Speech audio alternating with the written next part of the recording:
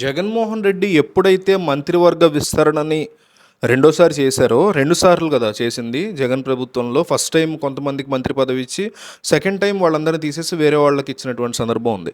ఆ second time వాళ్ళ లిస్టులో అప్పటి నుంచి కూడా బాలినేని శ్రీనివాసరెడ్డి వర్సెస్ జగన్మోహన్ రెడ్డి అనేటువంటి కథ నడిచి నడిచి నడిచి నడిచి అరిగిపోతుంది. అది ఇంకా నడుస్తుంది.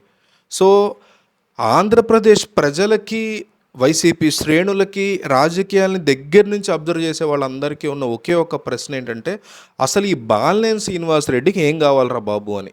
ఎందుకంటే ఒక్కరోజు కాదు, 2 రోజులు కాదు, అలిగారు, అధిష్టానం మీద కోపంగా ఉన్నారు, బాధపడ్డారు, ఆవేదన చెందారు, టీడీపీతో మంతనాలు చేస్తున్నారు, టీడీపీలోకి వెళ్ళిపోతున్నారు, టీడీపీలో జాయిన్ అయిపోయారు, అదిగో జాయిన్ అయిపోయారు, కొద్దిసేపట్లోనే చంద్రబాబు దగ్గరికి వెళ్ళబోతున్నారు అనే కథనాలను కూడా మనం చూసాం.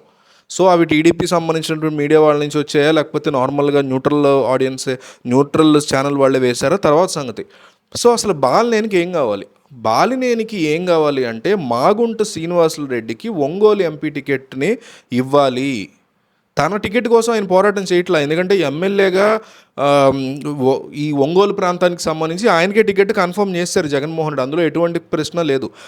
61 మంది ఎమ్మెల్యేలు మార్చారు, ఇంకెంతమంది మారుస్తారో తెలియదు. 10 మంది ఎంపీలను మార్చారు, ఇంకెంతమంది మారుస్తారో తెలియదు. ఈ గందరగోళం మధ్యలో ఎవరి టికెట్ వాళ్ళు దక్కించుకోలేని భయంకర పరిస్థితిలో ఉన్నప్పుడు కూడా సన్నిహితుడు అవడం వల్ల, చుట్టం అవటం వల్ల జగన్మోహన్ రెడ్డి బాలినేని శ్రీనివాసరెడ్డికి ఒంగోలు టికెట్ని, ఎమ్మెల్యే టికెట్ని కన్ఫర్మ్ చేసేశారు. అందులో ఎటువంటి ఇబ్బంది లేదు. ఆయన దానికోసం తిరగట్ల. ఆయన 2 అంశాలు కావాలి ఆయనకి. ఒకటి, మాగుంటల శ్రీనివాసరెడ్డికి ఎంపీ టికెట్ కావాలి, ఎందుకంటే వీళ్ళిద్దరు చాలా అత్యంత సన్నిహితమైనటువంటి వ్యక్తులు. రెండోది, తన నియోజకవర్గంలో 25,000 మందికి ఇళ్ళు కట్టాలి, దానికి సంబంధించి పట్టాలని పంపిణీ చేయడానికి డబ్బు కావాలి, ఫండ్స్ కావాలి. సో ఈ 2 అంశాల గురించి ఆయన పట్టుబట్టారు.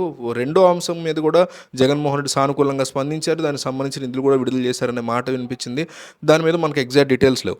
సో ఈ మాగుంట శ్రీనివాసరెడ్డి విషయానికి వస్తే, మాగుంట చాలా క్లోజెస్ట్ పర్సన్ బాలినేనికి. సో ఆయన ఎంపీగా పోటీ చేస్తేనే ఆ ప్రభావం తన పార్టీ మీద, తన నియోజకవర్గం మీద పడుతుంది, తద్వారా ఎక్కువ ఓట్లు తనకు వస్తాయనేటువంటి ఫీలింగ్లో బాలినేని శ్రీనివాసరెడ్డి ఉన్నట్టుగా తెలుస్తోంది.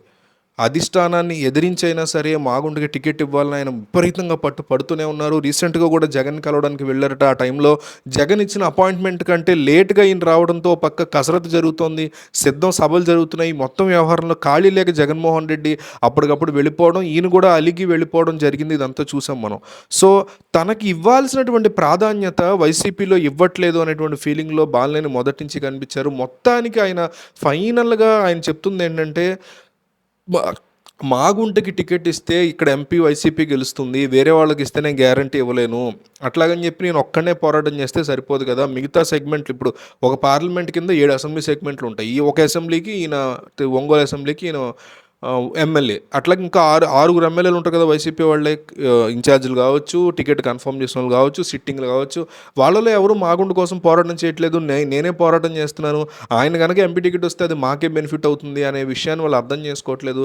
సో వాళ్ళకి లేని బాధ నాకెందుకు, నేను సైలెంట్గా ఉండి నా నియోజకవర్గంలో గెలుపు కోసం నేను పోరాటం చేసుకుంటా, దాని మీదే కాన్సన్ట్రేషన్ చేసుకుంటా అని రీసెంట్గా కొన్ని గంటల క్రితం ఆయన మీడియాతో చెప్పడంతో ఈ విషయం కాస్తంత చల్లబడిందని చెప్పుకోవచ్చు. మళ్ళీ ఏదైనా రైజ్ అవుతుందా, మళ్ళీ ఆయన టీడీపీకి వెళ్తారని వార్తలు వస్తాయా, మళ్ళీ ఇంకేదైనా ఇష్యూ క్రియేట్ అవుతుందా ఎలక్షన్లోపు జగన్కి అట్లాగే బాలినేని శ్రీనివాసరెడ్డికి మధ్య అనేది చూడాల్సి ఉంది.